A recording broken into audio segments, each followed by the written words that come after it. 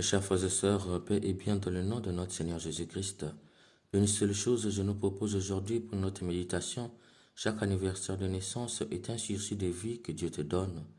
Dans l'évangile, Saint Luc nous rapporte des faits troublants. Des Galiléens ont été massacrés alors qu'ils faisaient le sacrifice. C'est très grave, être tué dans le lieu par excellence où Dieu est censé protéger l'homme qui lui offre un sacrifice. C'est pourquoi des gens troublés sont venus voir Jésus pour que lui qui est maître puisse désigner pour eux le coupable. Est-ce Dieu? Est-ce les Galiléens eux-mêmes parce qu'ils étaient pécheurs? Est-ce les politiciens? Mais Jésus leur répond en trois temps. D'abord, il se contente de rappeler un autre fait, l'effondrement du Tour, qui a coûté la vie à 18 personnes. Jésus juxtapose ces deux événements tragiques pour enlever de l'idée de chercher le coupable. Pour Jésus, ils sont morts, c'est fini. Le plus important n'est plus qui les a tués, car désigner le coupable ne les fera plus revenir à la vie. Ensuite, Jésus leur montre ce qui est plus important. Ceux qui ont subi cette mort violente ne sont pas plus coupables que ceux qui ne l'ont pas subi. Si vous ne vous convertissez pas, vous périrez tous de même. Par cette affirmation, Jésus leur montre ce qui est plus important. Face à la mort de l'autre, le plus important n'est pas qui l'a tué, pourquoi est-il mort, pourquoi si tôt. Le plus important est pourquoi pas moi à sa place. Autrement dit, prendre conscience que ça pouvait être moi. La capacité à voir dans la mort de l'autre ma propre mort. Enfin, Jésus leur raconte une parabole qui parle du figuier stérile et le propriétaire de la vigne veut le couper.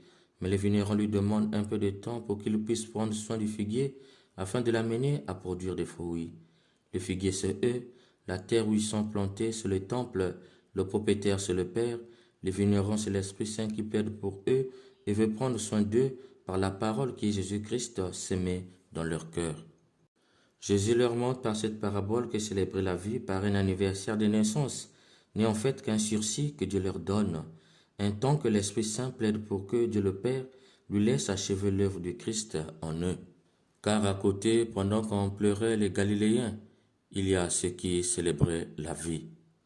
Mes chers frères et sœurs, voilà le sens de l'anniversaire de naissance que nous célébrons, un temps de sursis que Dieu nous donne pour nous convertir. Malheureusement, aujourd'hui, nous ne prenons plus conscience de cela. Quand le jour de notre anniversaire arrive, ce qui nous intéresse est trouver les fonds pour fêter. Si on ne l'a pas fait, on est malheureux ou malheureuse. On pense que Dieu ne nous aime pas. Personne ne nous aime. On est comme les légumes qui ne savent pas pourquoi le jardinier les arrose. C'est pourquoi dans la première lecture, Saint Paul dit « Ceux qui se conforment à la chair tendent vers ce qui est charnel ». Quand tu ne sais pas pourquoi Dieu t'a accordé une année de plus, tu tends toujours vers ce qui est charnel. Mais quand tu sais pourquoi Dieu t'a accordé une année de plus, tu tends vers ce qui est spirituel, car tu sais que rien ne te garantit un autre anniversaire, puisque chaque anniversaire célébré est toujours le dernier. Mes chers frères et sœurs, il ne suffit plus de demander une messe d'action de grâce à l'occasion de ton anniversaire de naissance. Il faut ajouter à cela une autocritique. Ai-je été une personne durant cette année écoulée ou simplement une personnalité, c'est-à-dire que je n'ai eu comme seul outil d'affirmation que le pouvoir, ou moins encore un personnage, c'est-à-dire que je n'ai eu comme seul outil d'affirmation que la voix. Que dois-je faire pour être une personne, c'est-à-dire qui n'a qu'un seul outil d'affirmation, Dieu, le bien à faire et le mal à éviter durant cette nouvelle année de sursis que Dieu me donne. Mes chers frères et sœurs, tu peux organiser une grande fête pour ton anniversaire. Tu peux même aller avec tes invités à la lune pour célébrer un anniversaire de naissance. Ce n'est pas mauvais. Mais si l'autocritique et l'action de grâce à Dieu manquent, sache que tu n'as pas compris que c'est un temps de sursis que Dieu t'a accordé. Un anniversaire célébré ne te garantit pas un prochain anniversaire. Personne ne sait ni le jour ni l'heure de sa mort. C'est ce que Jésus te fait comprendre par cet évangile. Chaque anniversaire de naissance que tu célèbres t'éloigne du monde et te rapproche de Dieu.